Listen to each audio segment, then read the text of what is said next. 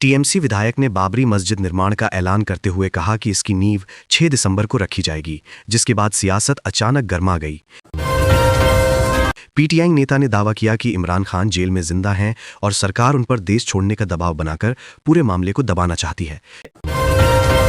इमरान खान की मौत की अफवाहों पर उनकी बहन ने कहा कि भाई को कुछ हुआ तो पूरा पाकिस्तान भीतर से हिल जाएगा और जनता सड़कों पर उतर आएगी। पश्चिम बंगाल में करीब 8 महीने बाद वक्फ संशोधन कानून लागू हुआ। ममता बनर्जी ने कहा कि धर्म के आधार पर किसी तरह का बंटवारा स्वीकार नहीं होगा। मौलाना मदनी के बयान कि मुर्दा कौम वंदे मातरम पढ़ने लगती है पर नया विवाद छिड़ गया और प्रतिक्रियाएं तेज हो गईं। जवाब में मंत्री विश्वास सारंग बोले कि हिंदुस्तान में रहना है तो वंदे मातरम कहना ही होगा और राष्ट्रभक्ति पर समझौता संभव नहीं है। अखिलेश यादव ने मृत बीएलओ के परिवार के लिए मुआवजे की घोषणा की और सरकार से भी सहायता देने की मांग की। पीलीभीत में 13 स्थानों पर हाईटेक सड़क निगरानी सिस्टम शुरू किया गया है और प्रशासन का दावा है कि इससे हादसों में उल्लेखनीय कमी आएगी। श्रीलंका में द्वितवाह चक्रवात से 153 लोगों की मौत और 191 के लापता होने की पुष्टि हुई है। समुद्र उफान पर है और हालात लगातार बिगड़ रहे हैं। वहां फंसे भारतीयों की मदद के लिए भारत ने इमरजेंसी हेल्पलाइन जारी कर दी है और रेस्क्यू टीमें सक्रिय कर दी गई हैं। विंजो प्रमोटर्स पर 177 करोड़ रुपए के अवैध फंड निर्माण का आरोप लगा है और जांच एजेंसियां मामले में जुट गई हैं। एसएससी, एमटीएस और हवलदार भर्ती में पद घटकर 7,948 रह जाने से लाखों उम्मीदवारों में चिंता बढ़ गई है। रूस ने व्हाट्सएप को चेतावनी दी है कि अगर नियमों का पालन नहीं किया गया तो ऐप पर स्थायी प्रतिबंध लगाया जा सकता है। इंडियन ऑयल में 2700 से अधिक पदों पर बिना परीक्षा भर्ती निकली है, जिससे युवाओं में आवेदन को लेकर उत्साह दिख रहा है। दिल्ली एनसीआर में जहरीली हवा से हालात और खराब हो गए हैं और एक सर्वे में सामने आया है कि 80% लोग मौका मिलने पर शहर छोड़ना चाहेंगे। सीएसआईआर विवाद के बीच साध्वी प्राची ने कहा कि राहुल गांधी को इसका अर्थ तक नहीं पता, इसलिए उनकी बयानबाजी बेअसर है। थारू जनजाति के विकास के लिए योगी सरकार 1500 रुपए की आर्थिक सहायता दे रही है और कई नई योजनाएं शुरू की गई हैं। सीएम योगी आदित्यनाथ ने कहा कि कब्जाधारियों की कमर सीधी कर दी गई है और अब यूपी में गुंडागर्दी के लिए कोई जगह नहीं बची है। गीडा स्थापना दिवस पर उन्होंने कहा कि जहां गोलियां चलती थीं, आज वहां उत्सव मनाया जाता है क्योंकि अपराधियों की कमर तोड़ दी गई है। अमित शाह ने दावा किया कि अगली डीजी कॉन्फ्रेंस से पहले नक्सलवाद का देश से लगभग पूर्ण सफाया हो जाएगा। असम में 1 से अधिक शादी पर 10 साल की सजा वाला बिल पारित हुआ और सीएम हेमंत बिस्वा शर्मा ने कहा कि यह किसी धर्म के खिलाफ नहीं है। नेशनल हेराल्ड केस में नई एफआईआर दर्ज होने से सोनिया गांधी और राहुल गांधी की मुश्किलें बढ़ गई हैं और जांच एजेंसियों ने गति तेज कर दी है। पाकिस्तान और अफगानिस्तान के बीच तनाव गहरा गया है और तालिबान की सख्त चेतावनी ने हालात और गंभीर बना दिए हैं। यूपी में कड़ाके की ठंड और जहरीली हवा ने स्थिति बिगाड़ी है और गाजियाबाद, नोएडा में AQI बेहद खतरनाक स्तर पर पहुंच गया है। बिहार में सम्राट चौधरी के गृह मंत्री बनते ही जेलों में औचक छापेमारियां शुरू हो गई हैं और बड़े खुलासों की उम्मीद जताई जा रही है।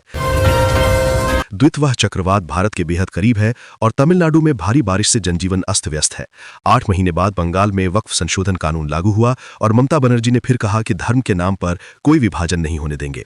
रविशंकर ने दावा किया कि बंगाल में 1 करोड़ से अधिक फर्जी वोटर मौजूद हैं और ममता बनर्जी एसआईआर से इसलिए घबरा रही हैं क्योंकि सच उजागर हो जाएगा। रूडी ने कहा कि तेजस्वी यादव खुद घिरे हुए हैं, इसलिए लगातार बैठकें कर रहे हैं और विपक्ष की रणनीतियां सामने आने लगी हैं। पश्चिम बंगाल के राज्यपाल ने राजभवन का नाम बदलकर लोक भवन कर दिया और कहा कि यह कदम जनता को अधिक सम्मान देने के लिए है। प्रदूषण पर बढ़ते विवाद के बीच डिप्टी सीएम शर्मा ने कहा कि इटली का चश्मा उतारकर भारत का चश्मा लगाइए, तब असली हालत दिखेगी। बर्फीली चोटियों पर भारतीय जवानों का क्रिकेट खेलता वीडियो वायरल हुआ है और कठोर ठंड में भी उनकी हिम्मत ने लोगों को प्रभावित किया। भाजपा ने महमूद मदनी के बयान को भड़काऊ कहा, जबकि विपक्ष ने इसे राजनीतिक शोर बताया। बिहार बोर्ड ने घोषणा की कि इंटर परीक्षा 2 फरवरी से 13 फरवरी तक और मैट्रिक परीक्षा 17 से 25 फरवरी तक होगी और पहली बार मूल्यांकन में आर्टिफिशियल इंटेलिजेंस का उपयोग किया जाएगा। भोपाल में मौलाना मदनी के विवादित बयान कि जब जब जुल्म होगा तब तब जिहाद होगा और अदालतों की भूमिका पर सवाल उठाने से सियासी हलचल बढ़ गई है। झारखंड में आज पूरे दिन बादल छाए रहने की और शाम को तापमान में गिरावट की भविष्यवाणी की गई है, जबकि अगले 5 दिन तक मौसम साफ रहने का अनुमान है। सीएसआईआर की डेडलाइन 7 दिन बढ़ाकर 11 दिसंबर दिसंबर तक कर दी गई है और फाइनल वोटर लिस्ट 14 फरवरी को जारी होगी। मध्य प्रदेश के 12 शहरों में पारा 10 डिग्री से नीचे चला गया है। राजस्थान में शीतल लहर का अलर्ट जारी किया गया है। केदारनाथ में तापमान -14 डिग्री पहुंच गया है और हिमाचल में 4 दिसंबर से बर्फबारी की संभावना है। मन की बात के 128वें एपिसोड में प्रधानमंत्री ने नए साल की खरीदारी में वोकल फॉर लोकल को अपनाने की अपील की और कहा कि कॉमनवेल्थ गेम्स की मेजबानी मिलना भारत के लिए बड़ी उपलब्धि है। चुनाव आयोग ने घोषणा की कि बीएलओ की सैलरी अब दोगुनी होगी और पहली बार इलेक्टोरल रजिस्ट्रेशन ऑफिसर्स और उनके असिस्टेंट्स को भी मानदेय दिया जाएगा। डालमिया सीमेंट को 256 करोड़ रुपए का टैक्स नोटिस भेजा गया है। हालांकि कंपनी ने कहा है कि संचालन पर कोई प्रभाव नहीं पड़ेगा। विदेशी निवेशकों ने नवंबर में शेयर बाजार से 3,765 करोड़ रुपए निकाल लिए, जबकि अक्टूबर में 14,610 करोड़ का प्रवाह आया था। अब वैश्विक और घरेलू अनिश्चितताओं को इस स्थिति का कारण बताया जा रहा है। पिछले एक सप्ताह में चांदी 13,230 और सोना 3,445 रुपए महंगा हुआ है। इसी दौरान रिलायंस की वैल्यू 28,263 करोड़ बढ़ी है और अगले महीने कुल 18 दिन बैंक बंद रहेंगे। योगी सरकार ने प्राइवेट स्कूलों पर सख्ती बढ़ाते हुए सभी शिक्षकों की योग्यता की जांच के आदेश दिए हैं। दिल्ली की हवा अगले 15 दिन में साफ होने की उम्मीद जताई गई है और मुख्यमंत्री रेखा गुप्ता ने इसके लिए तुरंत कार्रवाई शुरू कर दी है।